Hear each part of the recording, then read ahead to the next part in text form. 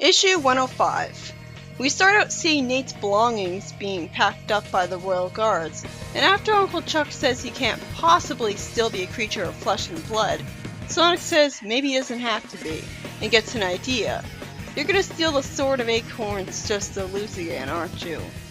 Also, I remember learning that the Overlanders are just statues when they're roboticized for some reason, even though there should be programming in them working. So wouldn't these same apply to Nate, logically? Agnes says in annoyance to at least try to listen to what Hope has to say, and Colin then refuses to believe that his brother was involved with the Robians, calling them metal monstrosities. Why? I mean, the Robians were clearly in the city. Hard to believe that someone who tried to design something called the Ultimate Annihilator that he'd use his own people for would be evil. I know he's his brother, but still, were they that close? Robotnik called him annoying. They couldn't have been that close. Surprisingly, Eggman immediately confirms that Hope is right in front of all of them. So I guess he doesn't care about keeping his cover anymore for some reason. Sonic tries to go visit Elliot with it being about Robotnik. Why do the guards have to ask what it's about? Why can't they just be friends with the prince and that's it? After the king feels guilty about driving his son away, Eggman addresses the Overlanders, saying that he prefers the title of Robotnik. He tells the Overlanders that they're all suffering from toxic waste poisoning while smiling, which should destroy their trust in him right away, but of course makes it clear that without proper treatment their chances of survival are zero, implying that he's going to make them rely on him to cure them. Eggman then says, "On the contrary, my brother," and explains that he's a being of mesh and circuitry, making him immune to the toxic waste.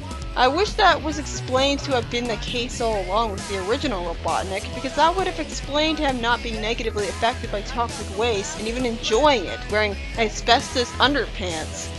Also, I'm surprised he actually knows the French word for brother. It's not as commonly known as some other words. He tells them that with a simple touch, he can make them like him, invincible, even though we saw Overlanders be statues the last time we saw roboticized ones. What does Eggman have to gain in making these guys statues? If he wants revenge on them for no reason, just kill them all and get it over with. At least with the Robians, they were able to do work for him. As I expected, Agnes tells him he's crazy, though I was expecting Colin to be the one to say it. And Eggman announces that everyone in the city will be roboticized, lying that it's for their own good. Colin gets turned into a statue, and Hope is told to run for her life while she's already fortunately doing so. Uncle Chuck reveals to the king that Eggman can now roboticize someone simply by touching them. It sure is a good thing he doesn't do what Robotnik used to do and constantly come right up to Sonic and his Eggmobile, because if Eggman did, he'd be a very huge threat. Sonic only just now gets the idea to restore Nate's free will with the Sword of Acorns, when I thought that was his plan all along. Sally says, still with her emotions shut down and she doesn't look determined or anything, that she'd be happy to help. Yeah, you sure look happy. After the king scoffs at the idea of letting Sally get involved in the action, Sally stands up to him while still eerily calm looking. If you had trusted me from the start, maybe Elliot wouldn't have run away. When the king agrees, Sally looks sad and sheds a tear, saying that she won't let him down. While Sally is being escorted out of the castle by Sonic because they think she needs an escort apparently, she looks unhappy and awkward just talking to him, and when Sonic looks serious and asks her if he did something wrong, unfortunately they get interrupted by, what do you know, Mina, who hugs Sally, thanking her over and over again for having freed her mother from Eggman. She then immediately runs away just like that before anyone can say anything. We then see Eggman over speakerphones taunting Hope, and he calls himself maniacal. Crazy people don't actually believe they're crazy. That's not how the brain works. Unless he just thinks he's lying to intimidate her, which is likely, but it's still an arrogant person insulting himself. Eggman then cruelly taunts her that her stepfather Colin and Grandma don't care about her while she's in a fetal position next to a dumpster looking all sad, making me feel sorry for her. Eggman continues, now back to looking normally, that if they cared about Hope, they'd know he was merely trying to remedy a bad situation, and tells her that if she surrenders, he'll spare Agnes. Agnes begs her not to listen to him, but Hope is desperate enough to try anyways, apparently, even though it should be obvious that Eggman never keeps his word. Surprisingly, he turns Agnes into a statue right in front of her, when I thought his whole plan was to lure Hope to him. That was stupid of him. Then Hope gets ganged up on by Shadow SWAT bots, and fortunately Sonic shows up to save her. Sally tells Hope, looking alert, to stay close to her, and Hope nervously stutters okay, holding her hand, so hopefully she's not racist against Mobians like the others are, being an innocent child. Eggman shouts at Sonic angrily, even though he looks like he's still smirking, and Sonic destroys Eggman's monitor.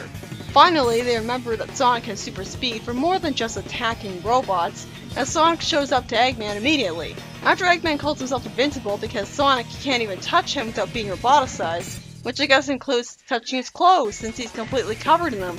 Wait, does that mean he has to wear the same clothes every day now? Or is it truly all of his body that's under the effect and not just the gloves and stuff? Anyways, Sonic runs around him in a circle, carving the floor up so that Eggman would fall through the hole. But then Snively kicks Sonic into the hole from behind, and Sonic sees the heartbreaking sight of Nate being nothing but a statue.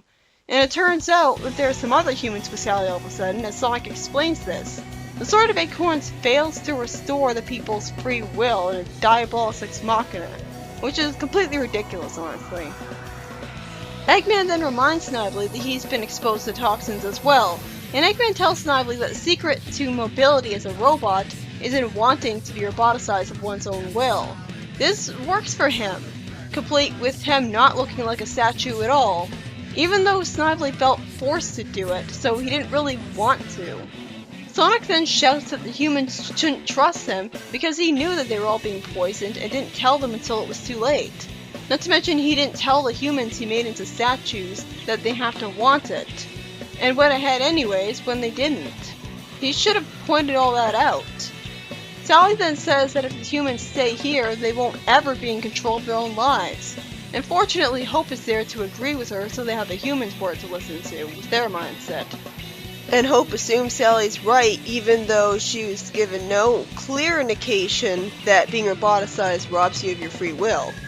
For some reason, Eggman just lets all of them leave instead of tackling them, saying that watching them suffer will be much more entertaining, even though he wouldn't be able to actually watch them suffer in the first place. The second story, after a panel where the hippie continues to climb down a ladder during some recap, sees a bunch of equipment that he somehow recognizes as antiquated, and sees a picture of Crocbot, and realizes that this must have been one of his early staging areas.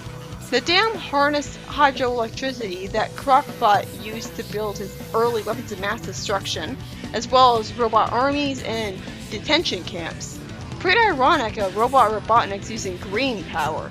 Well, non-fossil fuel power anyways, as the hippie remarks that Crocbot never cared about the ecological damage the structure did to the landscape, and realizes that this is why the nearby rivers are all dry and the artificial lake above is stagnating. The hippie says that if the rest of his friends manage to get there, they might still be alive. Then we find out that Barbie Koala's talent is that she can sweet-talk anyone, including a bunyip, as she somehow convinced the bunyip to release her and her friends into an airtight underwater conservation deck. Huh? And the platypus explains that Barbie speaks many languages, including the bunyip's primordial one.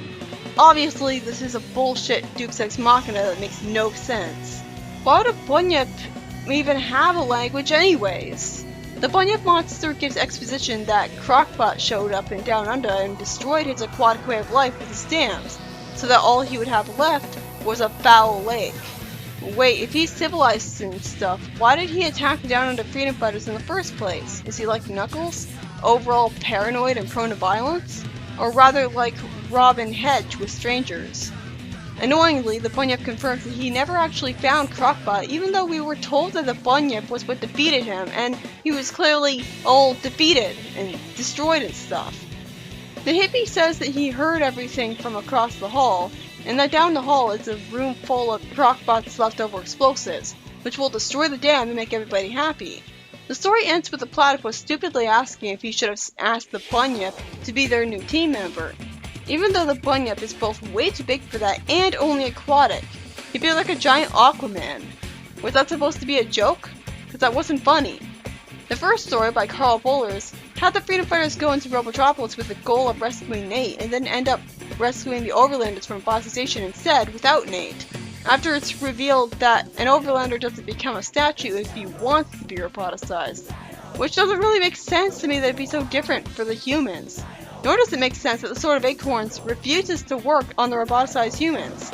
Despite the unfortunate fate of a lot of Overlanders, the story does end on a happy note, as at least some of the Overlanders got to go free, as Eggman lets them leave for some reason. The toxins concept really makes me wonder why it's taken so long to become a problem in Robotropolis, and why it'll stop being a problem requiring the villains to be robots later. Do they clean up all the toxins? Mike Gallagher wrote the second story, and it's about the Bunyip surprisingly turning out to not be pure evil, but instead just angry that his aquatic habitat was ruined by Crockpot. Still doesn't explain why he attacked the Down Under Freedom Fighters in a vicious rage though. And they also have a ridiculous Deus Ex Machina where Barbie can speak the Bunyip's language, when they could have easily just had the Bunyip be able to speak English to begin with. Still, I liked the concept of the dams, the Bunyip being good, and the fact that it was hydroelectricity that Crockpot was using. That's a nice twist.